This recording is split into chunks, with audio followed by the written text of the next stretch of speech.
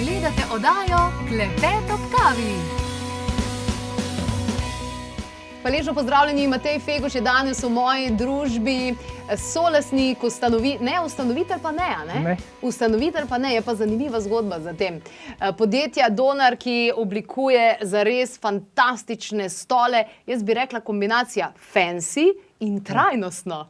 Ja, poudarek je na trajnostno. Želimo si pač, da je okolje na prvem mestu, ker brez okolja tudi nas ni. In vedno skrbimo, da naredimo stvari tako, da so primerne za uporabnika in za okolje. Ampak dizajn pa tudi pomeni. Oblike vendarle izražajo neko energijo zadaj in to je tudi pomembno. Ja, dizajn je ključen, zato ker je treba že na začetku dobre stvari premisliti, načrtovati, zato da je pol tudi izpeljava lažja. Predvsem pa, da se ve, kaj ljudje res potrebujejo, ker teh različnih kopij je po svetu veliko preveč in vse postanejo na koncu smet. Valjda. Tvoja zgodba je taka zelo zanimiva. Ti si lastnika bivšega prepričal, jaz imam totalno druge plane, jaz imam drugo vizijo, vidim drugo zgodbo, jaz hočem to po svoje narediti. Dober deal si dobil z njemu, dejansko si počasi odplačeval celo podjetje. Tako. Krasno.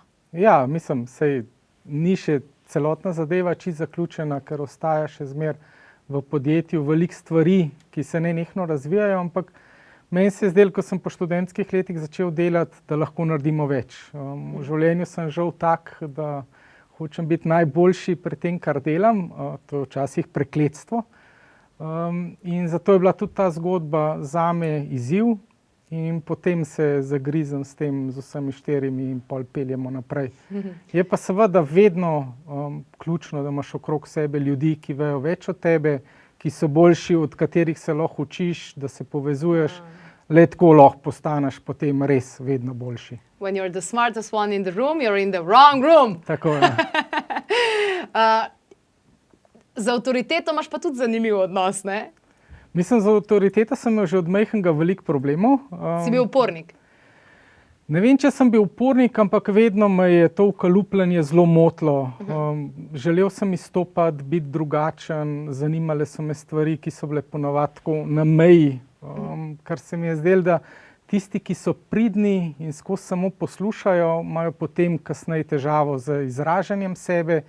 In mogoče sem bil tudi srečo, ker sem bil v tej generaciji, ki je prišlo do sprememb takrat v 90-ih in potem tudi dobil priložnost, da sem študiral v Ameriki, da sem potoval po svetu. In to ti je verjetno odprlo, ne? Ja, seveda, ne, v Sloveniji smo vsem živeli v nekem mehurčku, tako kot danes živimo v teh razmerah. In ko prideš v tujino, predvsem v Ameriki, se mi je zdelo, ko sem prišel nazaj, da denar leži po tleh in da ga je treba samo pobrati. In to seveda pol probaš izkoristiti, narediti to na način, da je tudi ljudje Na kateri ulici si ga najdel? Ja, mislim na prav vsaki, no, ker vidim dejansko v vsaki stvari priložnost. Tudi veliko delam z mladimi podjetniki, mentoriram, svetujem in idej v Sloveniji je res ogromno. Mislim, tudi takih. Kaj nam potem manjkajo? Jajca za realizacijo? Jajca za realizacijo. Predvsem to pa dobro načrtovanje. Prehitro se zaletimo, prehitro se zaljubimo v svoj produkt ali pa v svojo idejo in premalo se povezujemo, pogovarjamo in testiramo. Ampak si pa imel enkrat obdobje v svojem življenju, ko si dobesedno svojo firmo vodil z bolnice. Neka nesreča se ti je zgodila? Ja, mislim, zgodilo se mi je kar, da sem leta tam 2011 doživel kar več teh prelomov. Mogoče je tak bil univerzum, ki mi je sporočil. Sati varianta. Ja, tudi malo sam sebe sem mučil, verjetno preveč vsega, preveč dobrega ali kakorkoli se temu reče. In sem imel kar hudo prometno nesrečo, ko mi preživel in potem je bilo to kar dobro leto nekih operacij in potem greš tudi čez neke katarze, začnejo se ti stvari spreminjati, kar naenkrat vidiš, da so. Ampak vidiš to nesrečo kot nekaj, kar ti je bilo poslano, da te zaustavi, da malo prevetriš, da malo narediš inventuro, ali gledaš na to še vedno kot pač, ne vem, nesreča se je zgodila, se zgodi? Ne, danes to gledam kot to, da je bila to takrat priložnost, da se ne bom rekel vrnem v neke smernice, ampak da najdem neko prav svojo pot in da ostanem temu zvest. Ko si omenil, da si bil drugačen, pa da si hotel drugačne ideje, a si se kdaj počutil osamljenega v tem, da vidiš drugače, da funkcioniraš drugače, da se ne zadovoljiš z nekimi zadevami, kakor z ostalimi, da ti ni poanta, da se pogovarjaš o vremenu pa politiki, ampak da hočeš nekaj kreirati. Si se počutil kdaj osamljenega v tem? Se še zmeraj tako počutim, velikokrat, zato ker pač drugačno razmišljanje zmer prinese neko osamo, če ne komuniciraš, pa tako je, če si najboljši, ne, so vedno govorili it's lonely on the top, ne. Potem je pa tukaj še ena, ki si jo vedno prinesem nazaj, Matevž Lenarčič, ki z čistimi avioni leti okrog, okoljevarstvenik je enkrat rekel, da pač v tem svetu, kjer so zmagovalci tisti, ki jih cenijo, ne, so te zmagovalci obkroženi s skupom depresivnih poražencev, ne. Okay. In to ni fajn. Okrog sebe je fajn imeti zadovoljne ljudi, ne, kad kot odrastamo, zato jaz želim zmer biti zgled, da potegnem te ljudi s sabo in tudi, ko govorimo o nekih zmagah ali pa o nekih dosežkih, je to dosežek kolektiva, ne posameznika. Jaz sam s svojimi idejami ne bi nič naredil, če ne bi imel v zadnji ekipe, ki bi znala me podpreti pri vseh stvareh. Vi delate res fantastično zgodbo, trajnostno, reciklirani materiali, wow, pesem za mojo dušo, ampak daj mi nekaj povej. Kad nekdo reče, pa koliko ima ta drag stol, tamle v neki diskont trgovini, dobim stol za 15 evrov, tle mi ga pa hoče prodati za, ne vem, 400-500 evrov.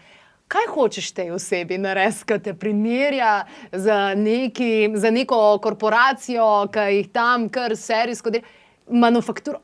Kako vidiš to situacijo? Kako odreagiraš? A si stari idej malo bolj pogled široko, kako odreagiraš? Ne, meni je to izziv. V bistvu imam najraj take, jaz rečem, problematične kupce, ki imajo veliko izgovorov, zakaj pa kako.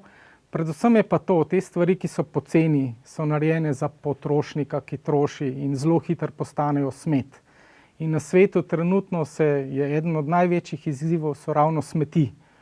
Če kupiš nekaj, kar ti veliko pomeni, ne, ko je za dušo, ko si želiš in si za to tudi pripravljen plačati, to ponovadi ostane pri tebi dolgo časa in te dolgo časa razveseljuje.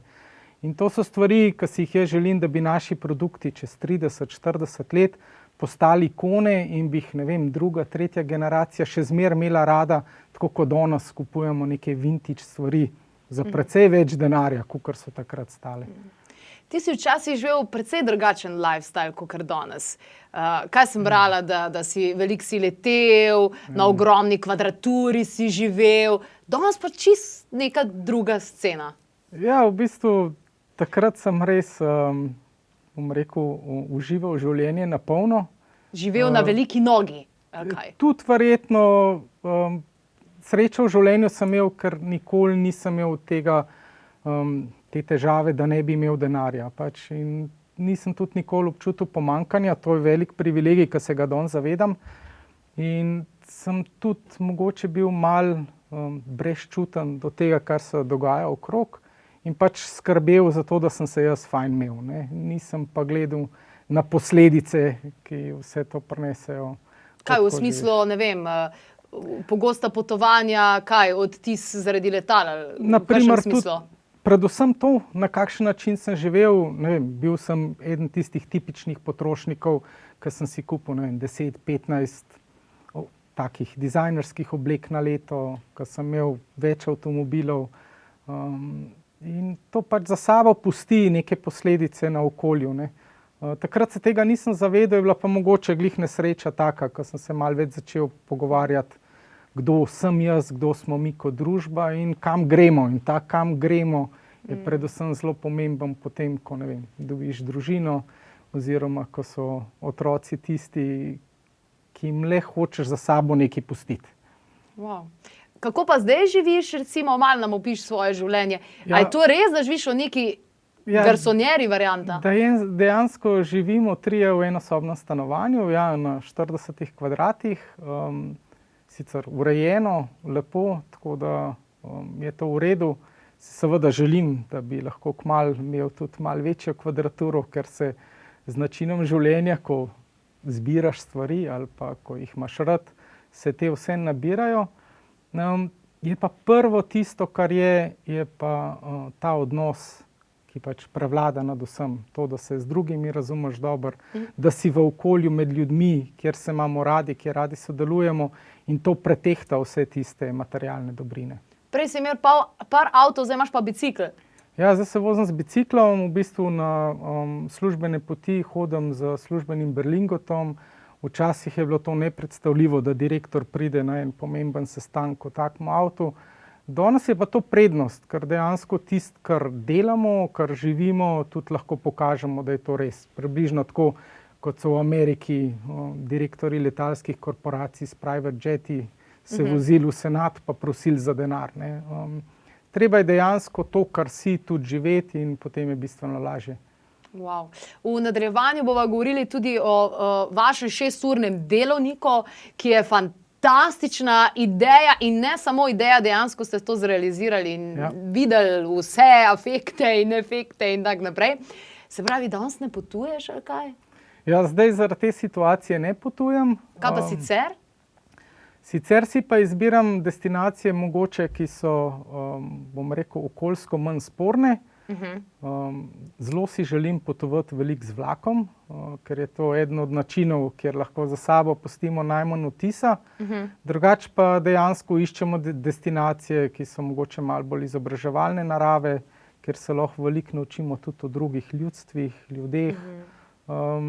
Sem pa zdaj, ko imam družino, malo pustil to backpackanje, kar je bilo v moji ne toliko daljni mladosti kar pomembna stvar, ker se mi zdi, da je ključno, da greš iz domačega okolja ven, da si odpreš oči, dobiš nov pogled, predvsem o tem, kako druge ljudje živijo. Mene je vedno presunilo, ker sem rad živel z domačini, z plemeni, kjer je bila, ne vem, t-shirt je bil privilegij, in to, da je bil cel ali pa izvenkrvni motor na čolnu, takmu, ki je bil praktično lupina, pri nas moramo imeti pa vse. In ko vidiš, da so ljudje z nič bistveno bolj srečni kot pri nas, ko imamo precej več, potem začneš razmišljati drugače. A to je tisto, kar te je v bistvu vrglo na to neko pot širjenja trajnostne kulture, ozaveščanja dejansko ljudi.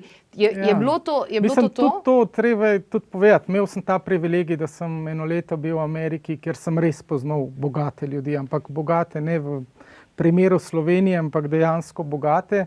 In ko vidiš, da tisti ljudje sploh niso srečni z kopico tistih Ferrarijev, Bugatijev, Lamborghinijev, hiš in vsega, potem se začneš spraševati, kaj pravzaprav ta pomen sreče in zadovoljstva je.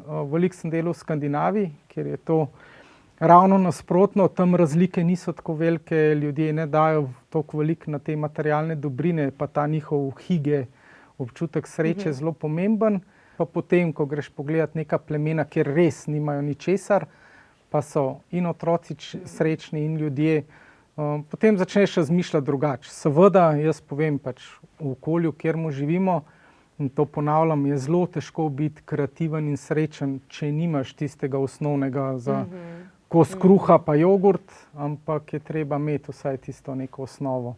A veš, kaj se sprašujem? A moraš, da prideš do tega, ne? To je res tista modrost, ne?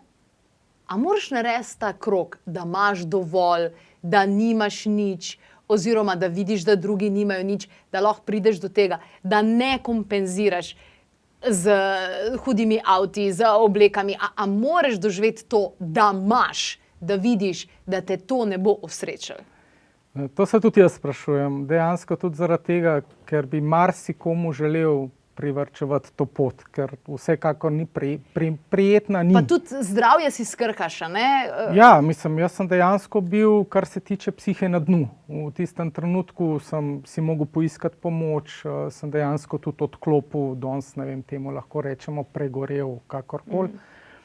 Ampak dejstvo je... Kaj si šel na kakšen digital detox?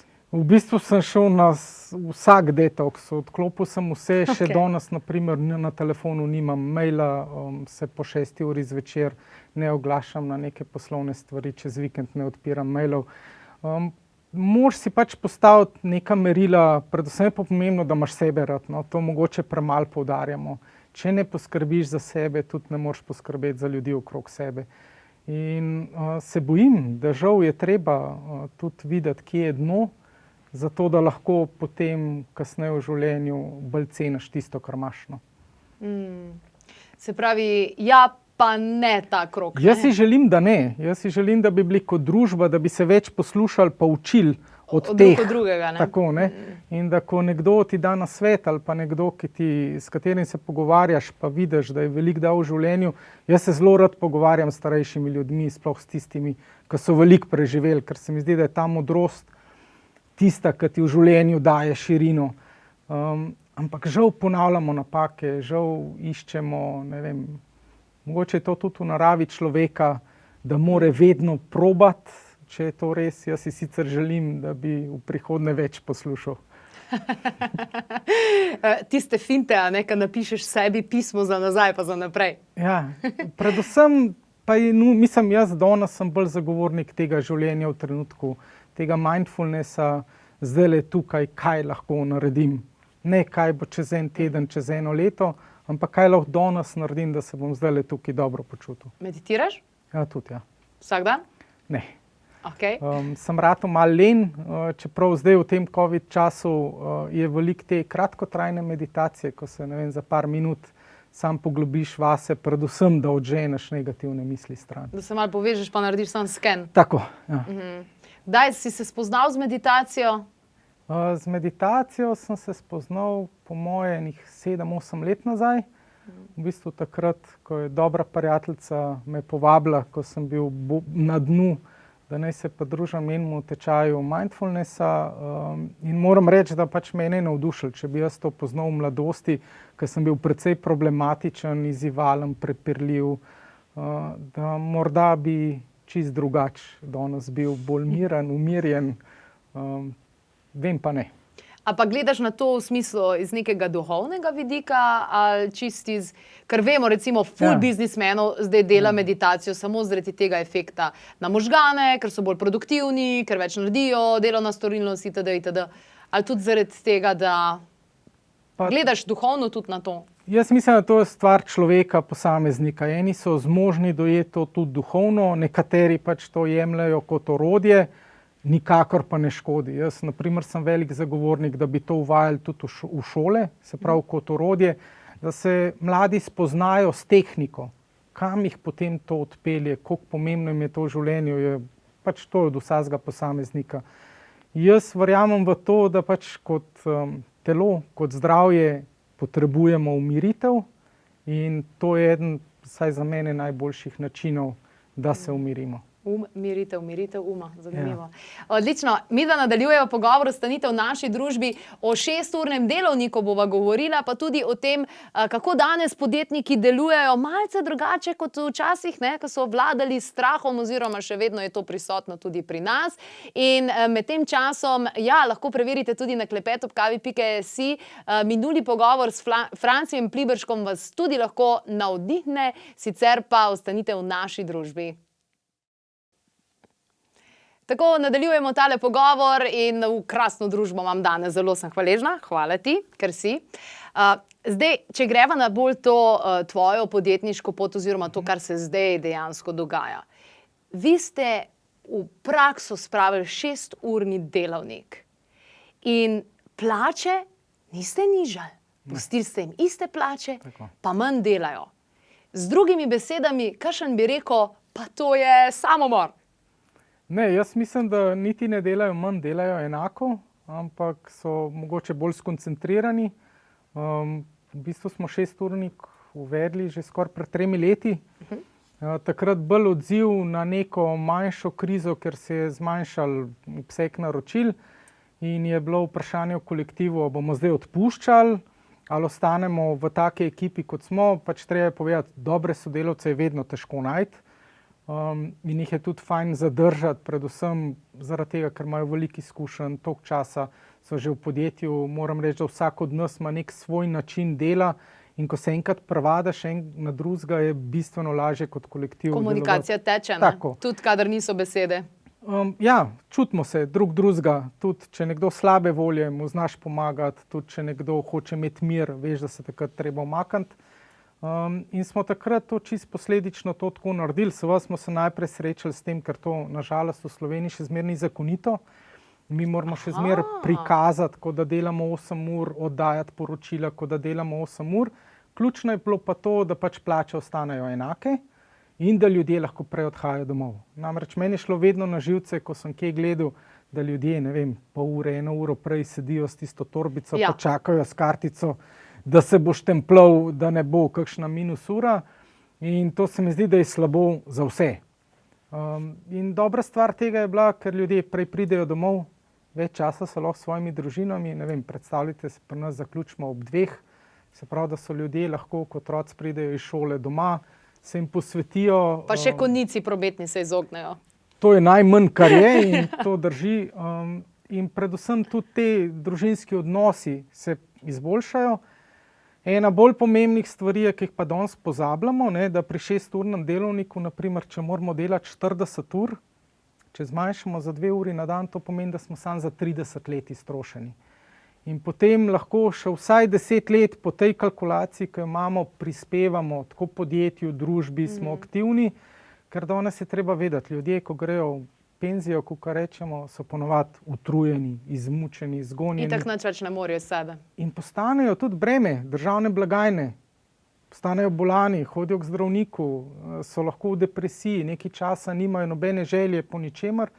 Meni se pa zdi, da je treba vse ljudi vključevati v procese ali izobraževanja, mentoriranja, in na ta način so še zmeraj motivirani in pač ostanejo bolj fit, zdravi. Predvsem tisti ljudje, ki so v industriji, tam je treba povedati, da so kar hude poškodbe lahko, ali od hrupa, ali od ponavljanja gibov.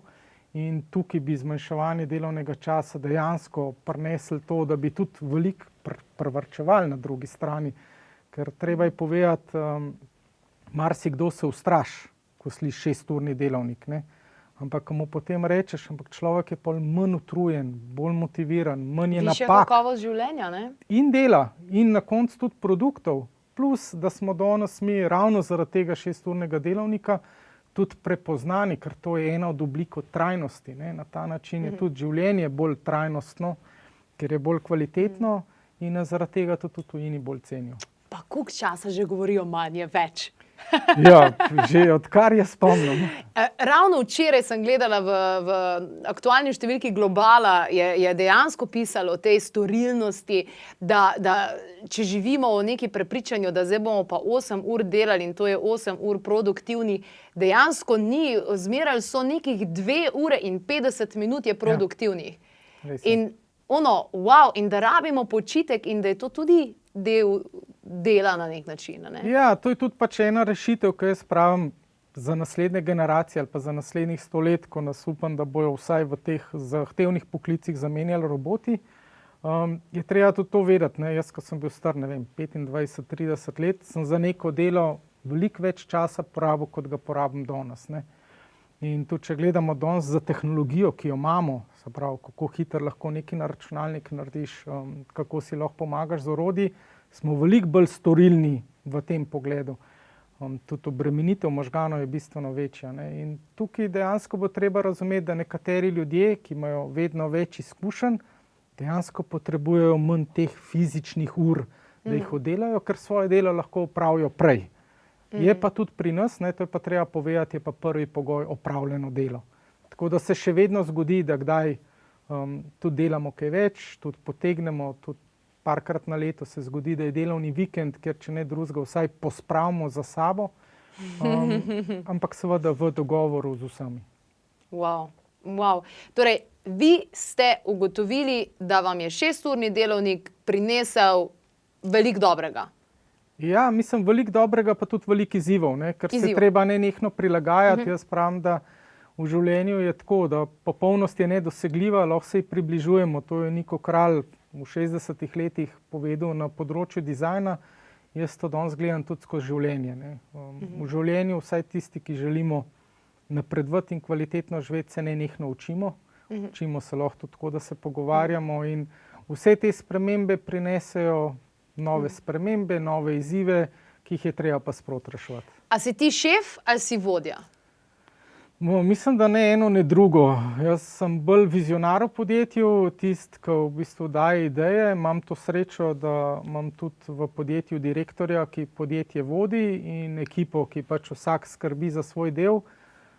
Jaz sem ponavadi tisti, ki skrbim za ta kreativni proces, se pravi, da ko pride do kakšnega izziva, ker ne maramo besede problema, da se hitro poišče rešitev in da se ta rešitev čim hitreje implementira pol v realizacijo. Kako handlaš ljudi, ki ti pridejo z izgovori, z razlogi, opravičevati, obtoževati, se pravi v neki vlogi žrtve? Kako jih ti zrihtaš? Mislim, jaz sem zelo občutljiv na to. Že tako da pri nas v podjetju že vejo od nekdaj, da če nekdo pride s problemom, težavo, mora zraven priti vsaj z eno rešitvijo. Se pravi, s predlogom. Dokler tega ni naredil, sploh ni definiral, kaj je problem oziroma kaj ga moti. Tudi imamo to, da ni tarnanja, kakor jaz rečem, pa jamranja, pol takrat, kadar so težki trenutki, sploh naprimer zdaj v tem času, ko nismo vedeli, kaj se bo dogajalo, naročniki so bili zmedeni, je bilo tako, a se lahko, prosim, zdaj nekaj mesecev ne pogovarjamo o težavah, ampak govorimo o rešitvah na te težave. Tako da jaz predvsem hočem motivirati ljudi, da razmišljajo. Danes je reševanje problemov tisto, kar nosi denar. Sploh v podjetništvu jaz vedno rečem, ko mi nekdo reče, tega se ne da. Jaz mi rečem, pa veš, koliko je vredno, če to nekdo reši. In tukaj se mi zdi, da je tisti glavni izziv, da najdemo težave, ki so pomembne za človeka ali pa za družbo in jih skušamo rešiti. In to na način, da ne povzročimo zdaj neke škode na okolju ali pa na družbi, se pravi, da ni nekdo zdaj, ki nastrada, ampak da smo vsi zadovoljni. Torej, človeko koristno, naravi prijazno. Ja, in predvsem to, ne, vsi smo radi obkroženi, kot sem rekel, zadovoljnimi ljudmi, ne. Pol smo tudi mi zadovoljni, če si pa obkrožen z kup trnajočimi depresivci, potem pa tudi tebi ni fajn v življenju. Odlično, v tale trenutek na hitro preverimo aktualne dogodke, sicer so bolj fokusirani tudi na splet, a vendarle smo se odločili za kar nekaj destinacij, ki jih bomo pogledali in skupaj doživeli, potem pa se vrnemo na pogovor. Končno odhajamo v dolino Bosanskih piramid. Tam nas že pričakuje dr. Osmanagić. Pridružite se nam. Če se želite naučiti meditacije, da boste ostali mirni v sebi, tudi takrat, ko se zunaj dogaja marsikaj, potem vabljeni na meditacijski vikend za začetnike. Odvil se bo v Strunjanu. Hormoni in pomlajevanje. Če so to tematike, ki vas zanimajo, potem vabljene, da se pridružite na vikend za dušo, tokrat prvič na Pokljuki. Matej Feguš še vedno v moji družbi. Matej, daj mi nekaj povej, kako ti gledaš na to polarnost? Po eni strani imamo podjetja, ki imajo zdaj noter pa maserje, pa psihoterapevte, pa jih res pedenajo, da se dobro počutijo in tudi dobro delajo. Po drugi strani imamo pa podjetja, ki še vedno vodijo na način ustrahovanja, stiskanja v kot, ki jim tam izgorevajo ljudje in tako naprej. Mislim, tako ogromna polarnost v istem času, v istem obdobju, na istem planetu. Ja, mislim, jaz nikoli tega dela nisem razumel, ker se mi zmeraj zdelo, da je vrednost podjetja v zaposlenih. Se pravi, koliko je sposoben kolektiv, toliko je za mene tudi vredno podjetje. In v bistvu vsa vrednost je v ljudeh, ki so. Tako da jaz vsekakor zagovarjam stvari, kjer so zaposleni na prvem mestu, kjer lahko tako izražajo svoje želje, kot potem tisto, kar se mi zdi ključno, da dela ne dojemajo kot tlako, kot nekaj, kar je treba narediti s težavo, ampak da jih lahko povabiš, da jim delo postane skoraj hobi, nekaj, v čemer uživajo, kjer so lahko kreativni. Seveda to v marsikaterih poklicih težko, ampak le na ta način se mi zdi, da se lahko izboljšujemo. Ti živiš svoje življenjsko poslanstvo? Po moje sem še premlad, da bi na to odgovoril, ampak predvsem uživam v tem, kar delam. Torej ja. Ja, pač to je ta privilegij, ki se ga zavedam, da vedno pravim, da imam srečo, da lahko počnem tisto, kar me zanima. Ampak a misliš, da je to res sreča? Saj si sam izbral to, saj si sam dal jajca na pladenj, pa si rekel svojemu šefu, stari, jaz imam drugo vizijo, dej se bova takle zmenila. Ja, mogoče res, ampak tak sem pri vseh stvareh. Jaz sem se v življenju ne samo s podjetništvom ukvarjal, ampak od športa, kinologije, in posod sem hotel biti najboljši in se mi bolj zdi, da je to mentaliteta ali pa tisto, kar sem že od majhnega imel. Tako da ne vem, kam bi me pot odnesla. Danes me zanima, ne vem, delo z mladimi, veliko delam na tem področju. Tudi kar nekaj priznanj smo dobili v neprofitnih organizacijah, socialnimi podjetji. Zanima me družba, generalno spremembe, ki se dogajajo, rešitve. Ampak vse to ukomponiraš dejansko v podjetje, v delovanje, uporabljate trajnostne materiale, reciklirane zadeve. Jaz na življenje gledam tako, kot na nek velik mozaik, ki ga cel življenje polnimo z majhnimi koščki, in več teh koščkov, ko v življenju dodaš, bolj jasna je slika, ki je pravzaprav vsi. A se veseliš, da se boš upokojil? Si v smislu, poznamo veliko ljudi, bom danes kupil srečko, mogoče bom pa dobil, pa se bom lahko upokojil, da bom nehal delati. Kako gledaš na to? Tole srečko vam jaz zmeraj eno anekdoto, ko kdo reče, pa ti kaj te igre na srečo, sem rekel, si predstavljaš, kako bi mi bili ljudje fauš, da ob vsem tem še kaj zadanem, ne? Tako da jaz v ta način doseganja sreče sicer ne verjamem, ampak ne verjamem, da se ljudje mojega kova sploh kdaj upokojijo. Jaz tudi želim, da bi bil toliko dober ali pa da bi v življenju dosegel nek nivo, kjer bi lahko to podajal naprej. Mislim, ta del se mi zdi, da je danes v družbi najbolj pogrešan. Tudi vidimo, kako se učitelje danes dojema, pa v bistvu otrokom največ dajo v tistem. Tudi starši imamo premalo časa, da bi otrokom dali čim več, in potem zelo hitro pride na vrsto splet, pridejo stvari, ki mogoče ne odpeljajo v pravo smer, in tukaj imamo še kar veliko družba za narediti. Je še. Zdaj, svojega otroka boš tudi ufural v ta svoj biznis? Ne. Kako gledaš na to? Ne, jaz gledam na to, da v bistvu je treba otrokom, če imaš to možnost in priložnost, čim več stvari pokazati, predvsem, da dobijo to širino, kaj si bojo pa želeli oziroma kaj si bo on želel, je pa čisto njegova odločitev, in jaz to zmer pravim, predvsem pomembno je, da jih podpreš. Mlade je treba podpreti pri razmišljanju, ker vsi vemo, tudi jaz iz lastnih izkušenj, pri 18 sem mislil, da bom delal čisto nekaj drugega. Pri 30 sem govoril, da se bom pri 45 upokojil, da ne bom več delal. Timothy Ferris vpliv. In če danes to gledam, je to dejansko res. Ne delam v smislu tlake, ampak to, kar počnem rad. Se pravi, to še tisto delo, ki sem ga takrat videl, sem pa takrat res delal po 12, 14, tudi 16 ur. V bistvu življenje se mi zdi tazga, ko ga jaz živim, je nenehno razmišljanje, nenehno ustvarjanje, in v bistvu ni delavnika. Meni se možgani ne ustavijo zvečer, čeprav bi kdaj zelo rad, da bi se, se pravi, treba meditirati toliko, da se ustaviš, ampak to se mi zdi ključno, da svoje potenciale čim bolj izkoristimo. Mene zmer izzivali to, da človek uporablja samo 10% možganov. Ja, a ne? Optimizacija.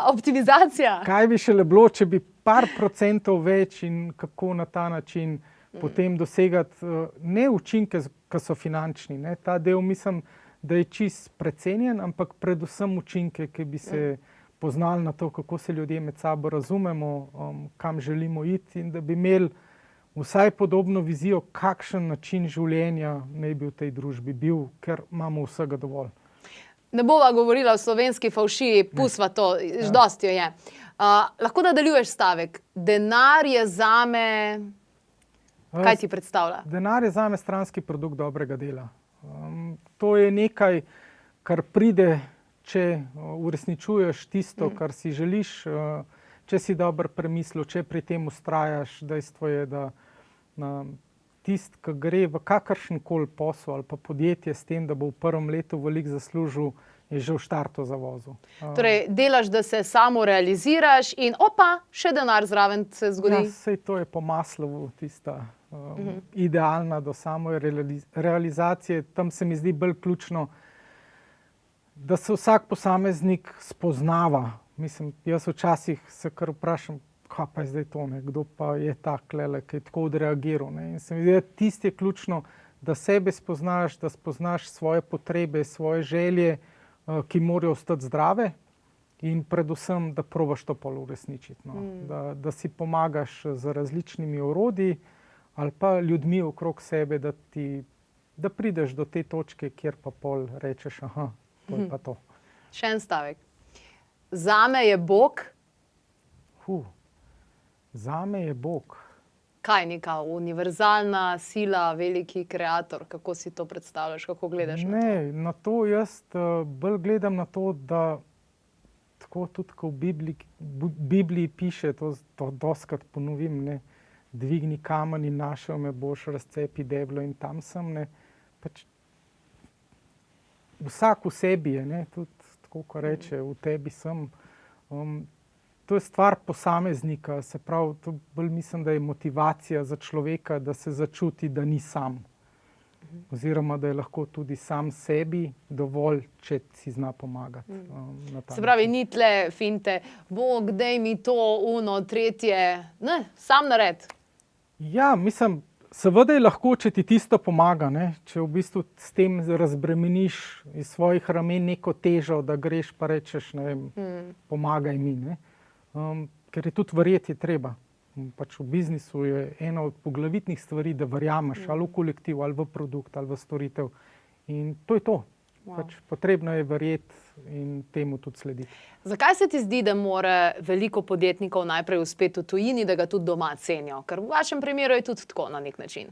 Mislim, to je neka klasična slovenska zgodba, ki se mi zdi, da je predvsem zaradi majhnosti, tako kot si prej rekla, fuši je res velik.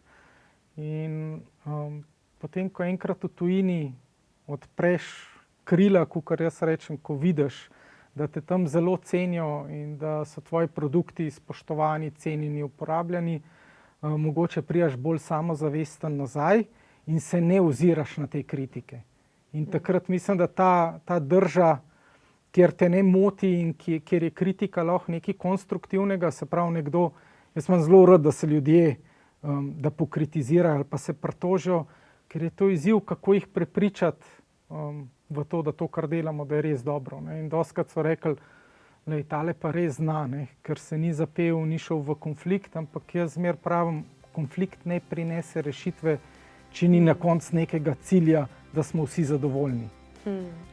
In tukaj se mi zdi, da je to predvsem v Sloveniji ključno. Premalo se povezujemo, gledamo kot konkurenco, ne vidimo, da trg ni Slovenija, ampak trg je cel svet, sploh v današnji dobi globalizacije, in da skupaj lahko vzamemo bistveno večji kos pogače, kakor je ta tukaj v Sloveniji.